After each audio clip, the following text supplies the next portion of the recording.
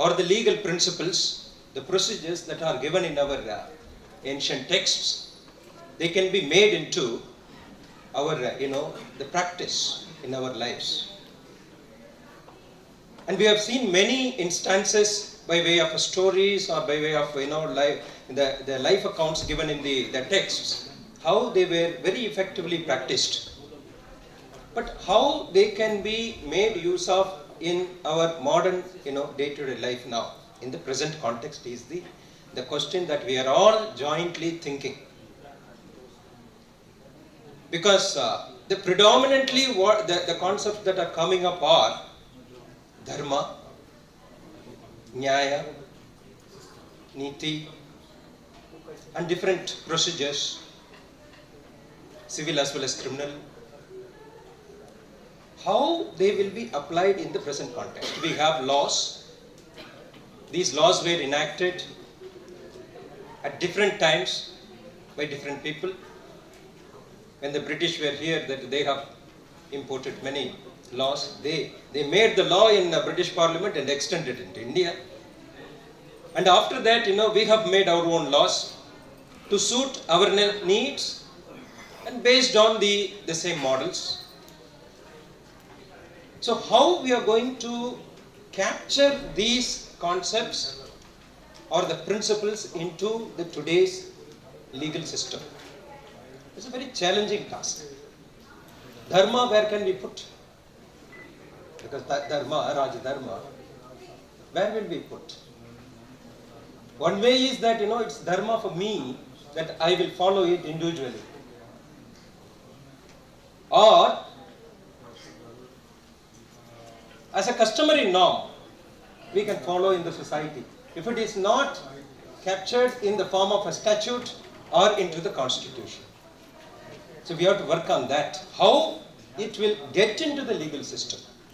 That's the most important part that we have to think about. One way is that we can bring these principles into enacted laws.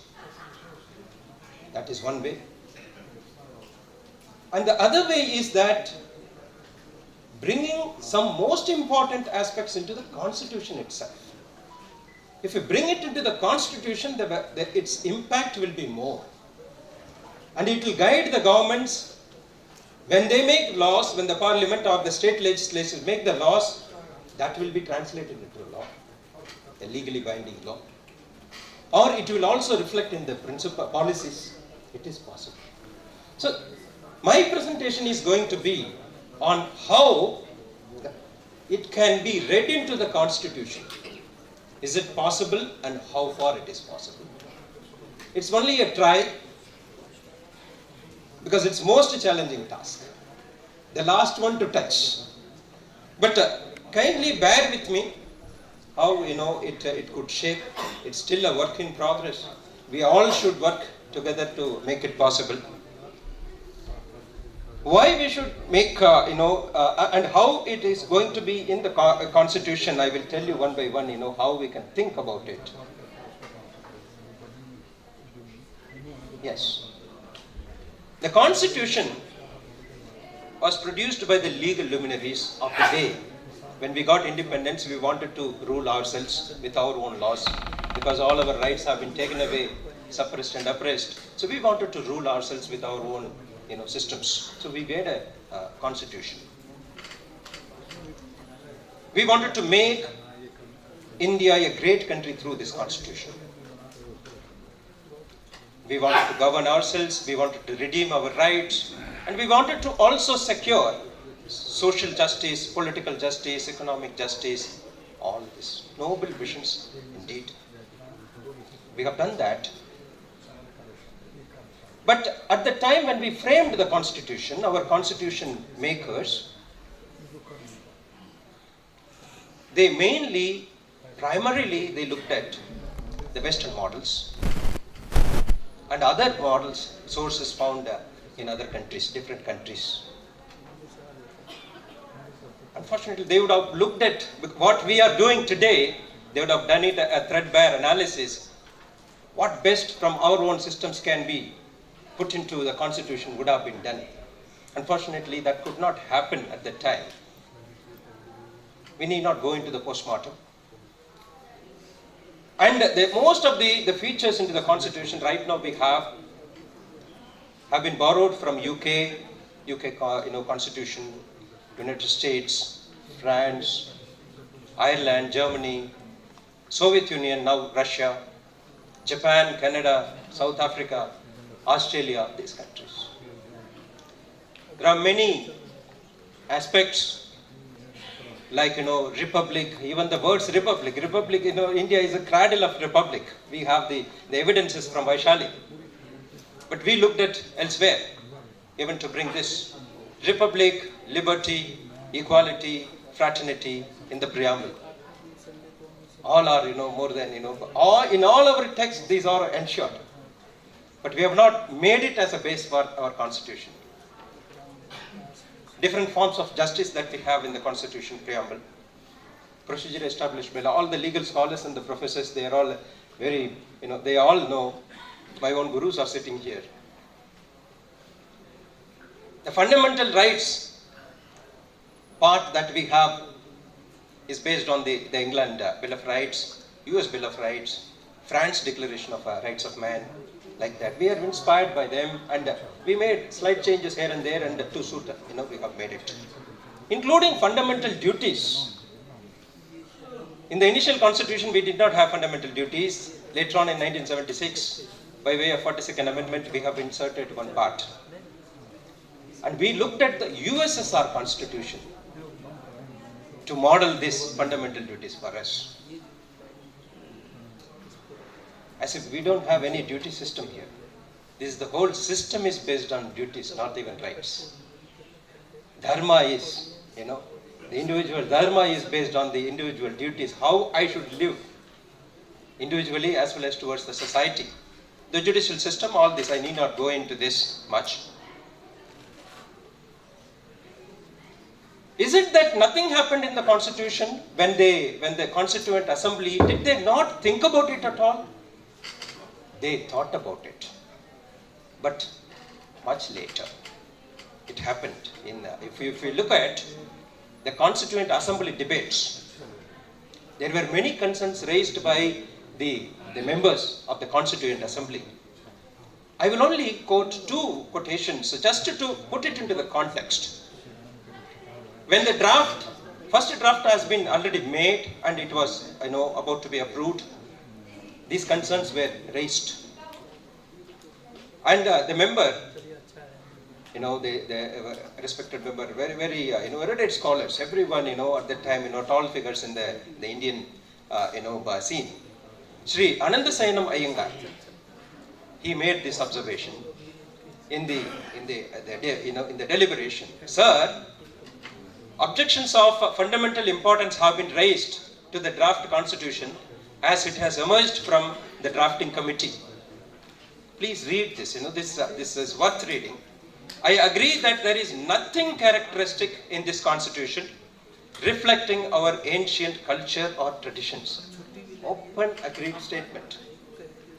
It is true that it is a patchwork of some of the old constitutions of the West, not even some of the modern constitutions of the West, with a replica of the Government of India Act 1935. It is true that they have been brought together and put into a whole. That's what happened. This happened on 9th November 1948 in the Constituent Assembly. There is another statement. Please don't read into the names and all. Names are not important. What happened there, just to put a context. Sri N. Madhav Rao makes a statement. Several speakers have criticized the draft on the ground that while borrowing some of its provisions from alien sources, including Government of India Act 1935, it has not woven into its fabric any of the elements of ancient Indian polity. Then, those of our friends who wanted indigenous ideas of polity to be embodied in the constitution would have to admit that while there might have been republics in the northern India in the days of Alexander, by and large, kingship was an integral part of Indian polity. They were, because one of the main arguments here is that we have to make Indian villages at the center point of governance. If they are good, they are able to govern well and they have everything, then the whole country will be prosperous. So let us make it a central point. But that was rejected later on, in this discussion. They say here, why did not the exponents of these fine ideas press them on the attention of the House at the proper time and secure their acceptance when the Constitution was more or less settled during the last session? You have not asked earlier. Why are you asking now, after the draft has already come, now we are going to finalize it? Why do they not do so even now if they have any feasible suggestions to make? Why should they blame the drafting committee for not incorporating the draft? What can only be described as a belated second thoughts? I think it is a collective, misfortune or a failure that we could not put the proper perspective at the right time. So now we are in this situation. And this happened on 9th November 1948. Now, this is the land of Dharma. Now I think by now we are all, we understood that, what kind of a country it is. It's a land of Dharma. This is the country which taught to the world what is the meaning of justice.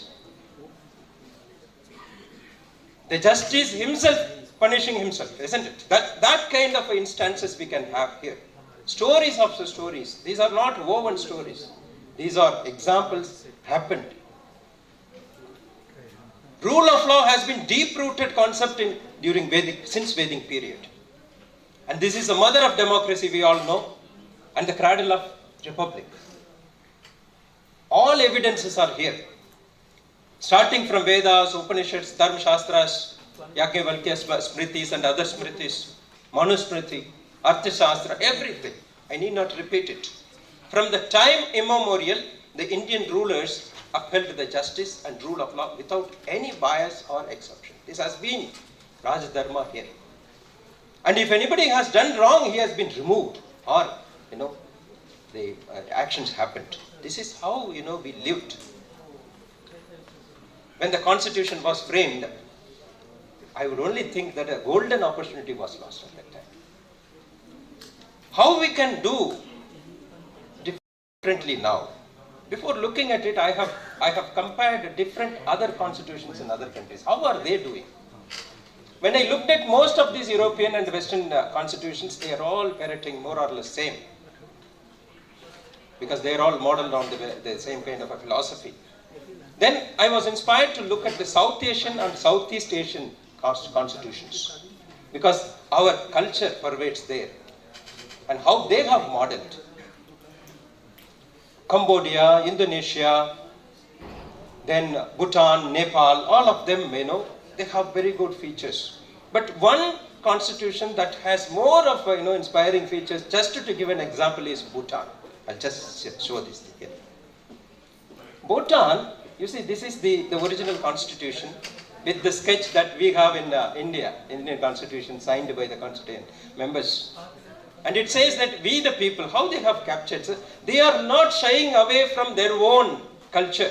They express their culture in the constitution itself. Their deep-rooted culture they are telling, their legal systems. Blessed by the triple gem, because that's basically a Buddhist country. So they are happy to say that. Blessed by the triple gem is Buddha, Dharma, Sangha. The protector of our guardian deities. The wisdom of our leaders, the everlasting fortunes of the Felden Drukpa, and the guidance of His Majesty the King. Solemnly pledging ourselves to strengthen the sovereignty of Bhutan, to secure the blessings of liberty, to ensure justice and tranquility, to enhance the unity, happiness, and well-being of the people for all time. See, and this is the country which has given importance to happiness, global happiness index. So they have gone for that. So what they want to achieve, they have not looked at any of the other constitutions. Originally they thought, whatever they wanted, they chose to write it. That's how it is. If you look at the scheme of the constitution, you see the table of contents. I have only taken the first page. You see, there is an article, separate article on spiritual heritage. It is not only the governance document, it is an overall document governing everything in the life, individual's life also. Spiritual heritage, that should be one article. Culture, there is another article. Constitution. Environment, there is another full article. This is how they have. And I have just given the sample how they have written Article 3 and all. I don't read this, just you can see it later. So how this is spiritual and all, how they are writing this. See here, only one thing I will say here about the state policy, Article 9. They say, the state shall endeavor to apply the principles of state policy set out in this article to ensure good quality of life for the people of Bhutan in a progressive and prosperous country. And a progressive and prosperous country. And what they do for that purpose, the state shall strive to promote those conditions that will enable the pursuit of gross national happiness. It is the national choice, not modeled on anybody's choice. This is a beautiful, why don't we say in our preamble that this is what is our country and this is what we want to achieve? So, what is there, ours there? I think we need to seriously relook at ours. I will finish it in 3 minutes. Quickly, I'll try. One of the Indian constitution deals with the composite culture. Yes, I'll come to that. Because there are many aspects we have to think about it. Okay. But very fortunately, because law is one thing, constitution one thing, our life is another thing. Our life is based on the Vedic and our Shastras and Puranas or whatever. Our life is based on our own culture. We do it. And very luckily, our judiciary has very well taken the lead and tried to always bring these values into the judicial system. Whenever it interpreted, it tried to do that. I think this practice has to go still forward. I only felt that if we make a question that we have to bring something into the constitution, what should go into the constitution? Just one or two points just occurred to me. Maybe there are many more out there. And as legal scholars, if we make a detailed research, it can emerge as very many aspects to be included. I thought that certain things like Sarva Dharma Sambhavana. We have adopted secularism. We have inserted. It was also not in the original constitution. We have made amendment and included it. Secularism, the concept of secularism in West is different and East is different. And in India is special, not just different. Sarva Dharma equal. And this is coexistence. It's not just equal. It is coexistence. And we live together. It's like a garden. Any bird can come and stay here, isn't it? And fundamental duties, when they wanted to make amendment, they looked at USSR. We have Patanjali Yoga Sutras, if anyone would have read, Yam Niyam, I'm going to say that. Like that there are many, I will expound it in the next one.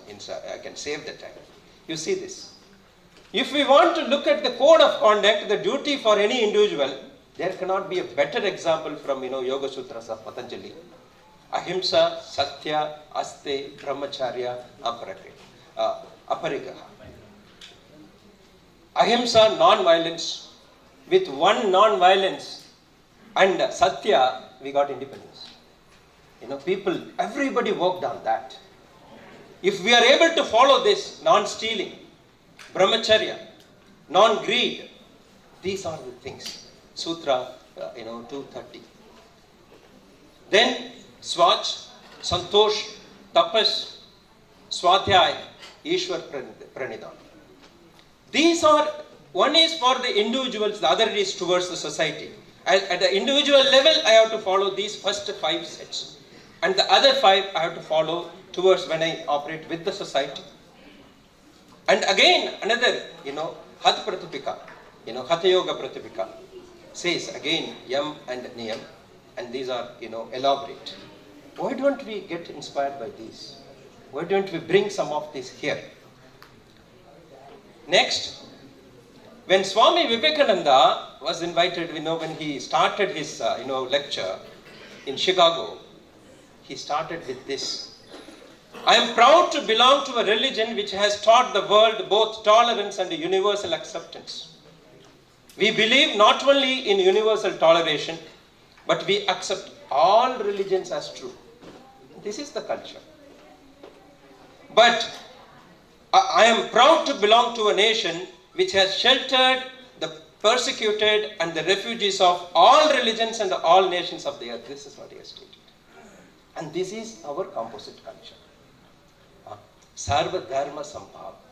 Can it find a place in our constitution? Can we proudly say that we want to make our country this? And we want to work towards Vasudhaiva Kudumbakam. Can we say that we want to make this country a dharmic country? Is it possible? Shall we think about it?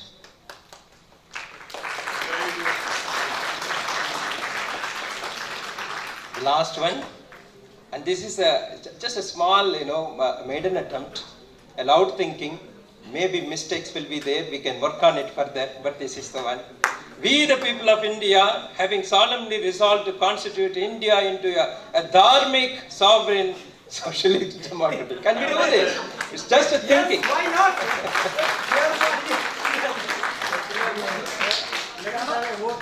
Please. No person is allowed. Then one more example only I will give and I will leave. In fundamental Going too far. Going too far, yes. Now I only told you that this is a loud thinking. We have to work really, because this is only a sample. Fundamental duties, when we think of, okay, we have settled with many of the fundamental duties, we also found that they are good. Can we also say that in E, to promote harmony and the spirit of common brotherhood amongst all the people of India, no, all the people of the world. This is the Vasudhaiva Kudumbakam. Amongst all the people in the spirit of Vasudhaiva Kudumbakam. Can we make? And one more thing, and for this, I have discussed with our colleagues. I thank Sri Ravi Kumarji and our Sri Professor Ramnath Jaji for giving this clue, this idea that Isha Vashyam Idam Sarvam. For us, there is no difference between living and non-living also. When we talk about constitution, environment protection, to protect and improve natural environment, including forests, rivers, lakes, wildlife, and to have compassion for living creatures. No. Let us have living and non-living. All. Sarvam. This is how I think, we can proceed. And there are many examples I can give you. Time is very short. Morning already, Sri, Dr. Rajendran sir has, given example about Tirukural. This one is about the Uttaramoyuru, inscriptions. This is the inscriptions. That is the temple, and these are on the side walls of the temple. It is, encrypted. All these inscriptions are there. One point, there is no system in the country. Mr. Ravi Kumarji contribution. I openly, thank him, and it's very nice point. We have electoral system here. Can we make it that if they don't perform, we will call back? And this was practiced there. It was practiced there at the time that it is stated when one who is, on the committee for ruling, at the village, level, Sabha. If he is found guilty of any offense, he shall be removed at once. Can we make it in this? Thank you very much, sir. Very good.